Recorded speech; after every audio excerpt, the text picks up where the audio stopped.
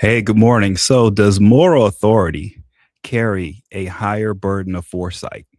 What do I mean by that? Our religious leaders out here, who I talked about the Pope yesterday a little bit, but I shouldn't have singled him out only because almost all of our religious leaders are in line with the Pope's stance of negotiation over violence, no matter what the situation is. Um, I said that was weak, and I think that's a weak stance to take. I'll explain why, but um, I think it's the cop out. It's the easy way out. To anyone can walk around this planet and say whenever there's a conflict, "Oh, you should talk, don't fight." Anyone can say that. Anyone can say that. The problem is some of these religious figures, they carry moral authority. They carry a leadership role.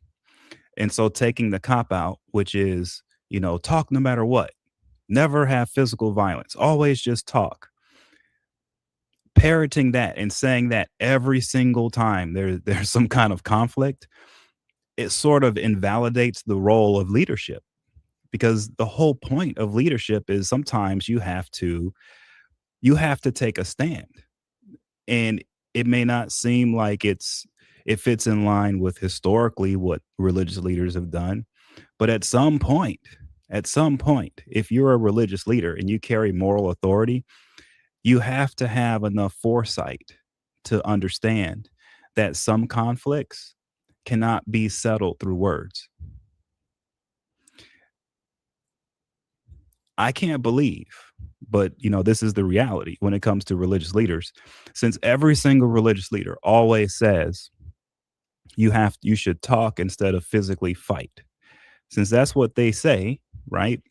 And they're in a leadership role, what they're essentially saying is is no matter what's happening in the world, uh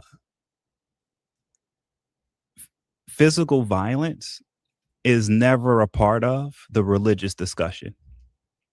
It just isn't. It's not something that people in religion should speak about. As soon as something gets physically violent, you have to run away. You have to leave that alone.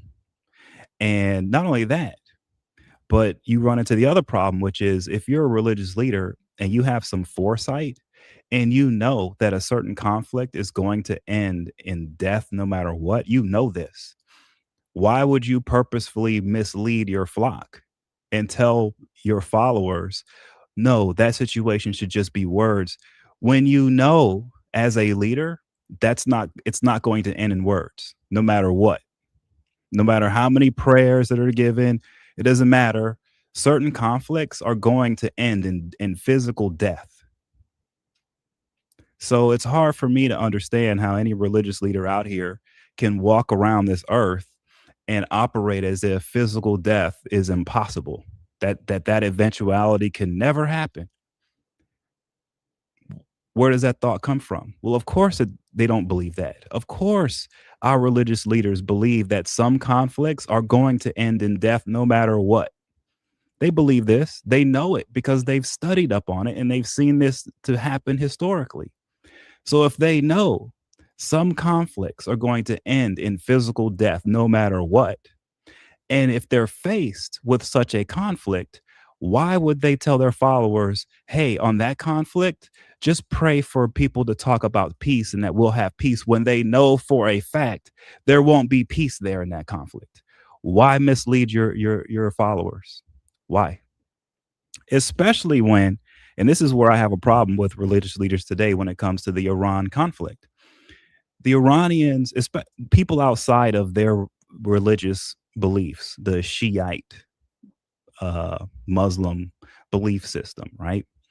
So anyone outside of the Iranian belief system, according to the Iranians themselves, the leadership, that if you are some other religion than them, that you are a blasphemy to God, that you should not have the right to exist, and that it's their job to eliminate all religions on earth except for their own. This is their belief. Now, a lot of people want to say that that's just rhetoric, that's just this or that. What it is their declaration of them saying they want to define reality for all human life. That's what they're saying when they're talking about the religious stuff. The Iranian leadership is basically saying that they feel as if it is their mission to create reality for every single living human being on earth. And a part of that reality is forcing every single human to worship them and their God. This is this is their belief. Not only do they say that they believe this, but they actually do actions. They go to war to create this scenario. They try to build nuclear bombs to create this scenario. That's what they're all about. And so if you're a religious leader and you're like, let's say, a Catholic leader or a Christian, a Protestant leader, and you know for a fact that the Iranian regime under your religion, let's say it's the Pope in Catholicism, he knows for a fact that the Iranian regime, they are blasphemers of God. He knows this. He knows it. Not only does he know that, but he also knows that they're evil and that they're murderers. He knows all of this, right? Everyone knows this about them. So since everyone knows this, what is it? Why is it so hard for religious leaders to accept the fact that this group of individuals will only go for death and physical death? Their only goal is either they die or everyone else dies. This is, and they're doing, and they've proven through their actions that this is who they are. So it's not like this is some kind of mythical illusion. This is who these guys are. So since that's who they are, why are religious leaders getting involved on a geopolitical level, giving these guys the opportunity to be viewed as if they're something other than just evil trying to create death? Because the thing about it is if you know that's what they are, then why are you promoting verbal negotiations with them? You would know if you had the foresight that they're only using verbal negotiations to position themselves to kill people easier, to destroy other religions easier. Like, I don't understand. And so I guess it gets me to this place where, and I've had an issue with this with just religion across the board in 2026, is that our religious leaders, I don't think they have the wisdom or the knowledge to be able to lead their flocks geopolitically or even politically. I think they're stepping into waters they don't need to be stepping into because they don't understand the situations that they're speaking on. They think they do because they've got these great advisors, but I've experienced just in my line of work that the best advisors out there are pretty crappy. And not only that, but most of the time they're not even listened to anyway. So the good advisors don't even listen to. So so it's like, look, we don't have good advisors in the world today. We don't have good leadership in the world today. We don't have good leadership, knowledgeable, wise leadership in the Christian world today. It's not there. And so because of that, why are Christians even talking about this Iranian situation? Why? It's better just to admit we don't know what's going on. We don't know who those guys are over there. It's better to say that and stay out of it than to be pushing this narrative that the Iranian leadership is a leadership that can be negotiated with, that they are people who can live on this earth peacefully with other humans outside of their religion. They cannot. They don't have that capability. People are asking, well, how's that? What are you trying to say? They're like animals? No, what I'm saying is they purposefully made the choice to only be able to function one way in life. And that is as religious zealots trying to enslave everyone else around them underneath them. They've dedicated their entire lives to this. This is their existence. This is their reality. I mean, people choose that sometimes. And these guys happen to choose it and they happen to form a coalition around it and they're kicking ass. They're no joke. Like they are making progress. If they continue down their path, they get nuclear weapons, they are going to be able to say, hey, we're going to be able, they're going to be able to force millions and millions, maybe a lot of the world underneath their religion. Why? Because no, it's not that people believe in their religion. It's just that they don't want to die. That's how these guys operate. The Iranian regime this is how they operate.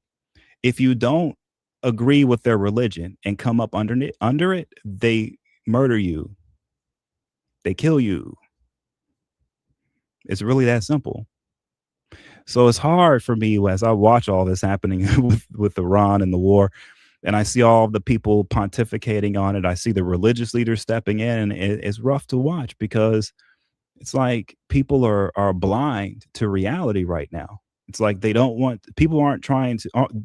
don't want to accept that there are people in this world who make it a mission of theirs to be religious zealots and to enslave others. Like there are people who do this. And the Iranian regime is that group. They believe in that, right? And so the way that they do their thing is they tell the Chinese and the Europeans, hey, support us in our craziness and we'll give you cheap oil. And don't worry about the oil going up because we're going to brutalize our own people and make sure that they're okay with suffering and living poor forever. Don't worry about them. Just keep giving us the weapons, keep giving us the technology, and we'll take care of Iran and we're going to take care of the rest of the Middle East and then we'll move on everywhere else. Just the Europeans and the Chinese, just keep funding us, keep paying us. And then when you wonder, why are the Europeans and the Chinese doing that? Well, first of all, the Chinese, they don't believe in any kind of God or anything. And so for them, the Iranian regime is just an easy tool to push around and to use to their benefit, right? And so you got that. And then the Europeans are just greedy, man. They're greedy. They don't give a damn about anybody. They'll cut a deal with anyone as long as they can get what they want. It doesn't matter how many people die. It doesn't matter how many innocent people are murdered. It doesn't matter to the Europeans. That's the European culture. The European culture is they want their money and they will do anything for it. And they will support anyone for their cash. That's it. So the Iranian psychos partnered up with two greedy civilizations, basically, the Chinese and the Europeans. These guys are greedy. Okay. That's all they care about in all of this is the money. Okay. And the Iranians were smart to partner with them. And so what we have now is we've got these religious leaders stepping in the middle of this, where you've got greed and murder on one side, and you've got the rest of the world who doesn't want to die on the other. And the religious guys come in and say, just talk to them. We just talk. What is there to talk about? What is there to talk about? Negotiate our decline, negotiate all of our deaths. Well, what's the point of that? Nah, man. If we are at the point where we're just negotiating our slow decline into oblivion, then let's just wipe them out now. I don't get it. And so I'm not saying I carry religious authority here. I don't want to have religious authority. I don't want to be viewed as that. I'm not saying that. All I'm saying is that someone who is not a religious authority and who is not out here claiming to try to push a religion, or I'm not, on my own personal beliefs on this, but uh I do feel like being in this space that I'm in, the research space that I'm in the media space that I'm in, that and the fact that I am Christian, I am very much a person who walks in faith constantly. I just feel like I have a duty to kind of, tell these religious leaders that they don't really understand what's going on with this Iranian situation, and they're getting involved in something and they're making it worse for innocent people. They really should just step aside on this. Okay. Um, my experience on this, by the way, is with US politicians, and doing the work that I've done in the past on unearthing corruption on them. And you, like the book, Bob Menendez, you can see in the book, if you get the book and you read, you can see that Bob Menendez is this kind of evil character, right? Where no matter how much rope you give him, he's going to use it to attack you more. He's going to use it to hurt innocent people.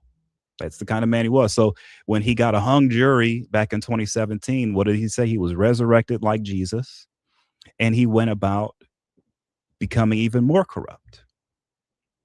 There was no talking to him. There is still no talking to men like him. And we have a lot of politicians like that who are so corrupt, even when you call them out, even when they get caught, they only get worse. I've seen this so many times. And so now I'm looking at the Iranians, and they fit the mental mold of that. They are the types who, no matter what happens, they're going to continue to get worse, no matter what. There are people like this. There are organizations, groups, entities that are like this. It's very frustrating that we have religious leaders who don't understand this, who it's like they deny that this exists when it's basically everywhere we look. I'm tired of dealing with it. I'm dealing with it so much on the political level here in the United States. I am sick of it. Every time I turn over a rock, I'm seeing a corrupt politician becoming more corrupt, even after they're caught. It's as if being caught or facing pushback emboldens them to be more evil. I don't know why that is. I can't explain it. But I'm telling you, it's a thing. And it's happening here in the United States. And it's happening all over the world like crazy. And so this Iranian situation is that because everyone involved is they have this mentality of no matter how much pushback we get, no matter how much we may get caught, we're still going to double, triple down and get worse and worse. The Chinese are this way. The Europeans are this way. The Iranians are. Trump is this way. Everyone involved in this, they all have this same template about them, which is no matter how, as a matter of fact, the more pushback you give them, the more they double down, going the wrong way. This is the mentality. But what proves to me that President Trump is in the proper position here, believe it or not, is that he has given the Iranians chance after chance to just give up and walk away. So Trump has not been escalating it uncontrollably. He's been providing off ramps to these guys. But the problem is people aren't realizing they're never going to take an off ramp. Their off ramp, they already know what it is. It goes to hell. That's their off ramp. So offering them any other off ramp other than hell, they're not going to take it. And so that's where religious leaders have to step in and just realize, look, man, these guys, the leadership in Iran, they have a one-way trip to hell. It's up to us whether we want to join them or not. They have told this to us with their own mouths. They have explained it to us through their actions for decades now. There should be no illusion where they're going. and why they're going that way.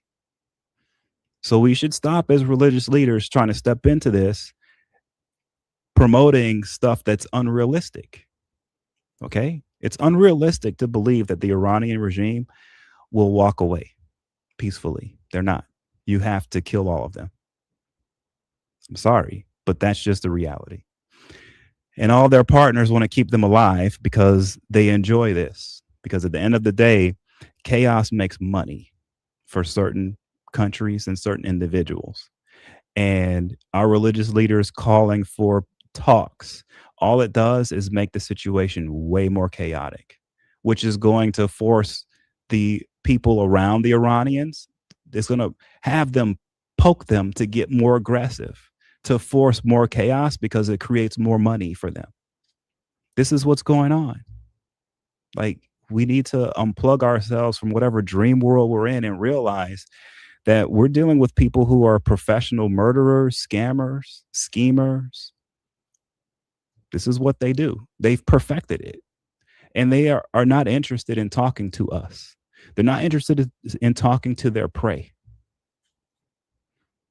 They're not. When we talk to them, in their minds, that's us showing weakness and giving them opportunity to hurt us even worse than they already could. That's what's going on. So yeah, thanks again. This is The Off Ramp. I am your host, Thomas Jason Anderson. Thank you again for joining. Please subscribe and like and share. I will see you guys soon. Take care.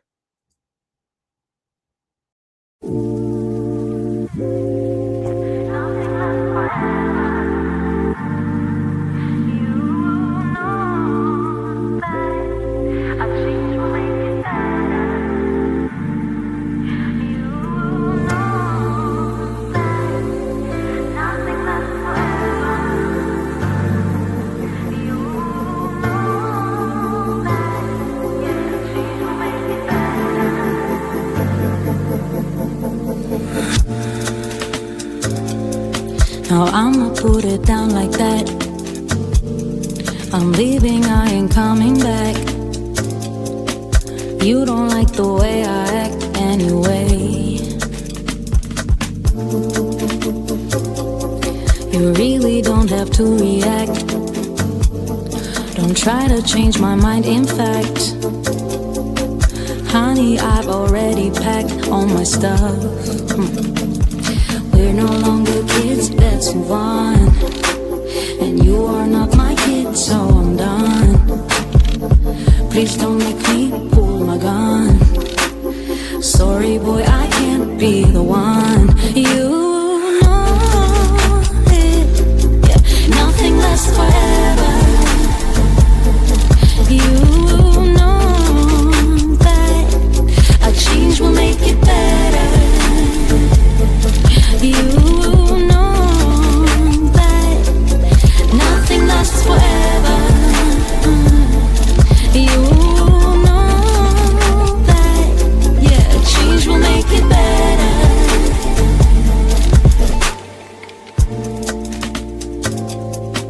There's no one to blame, you see.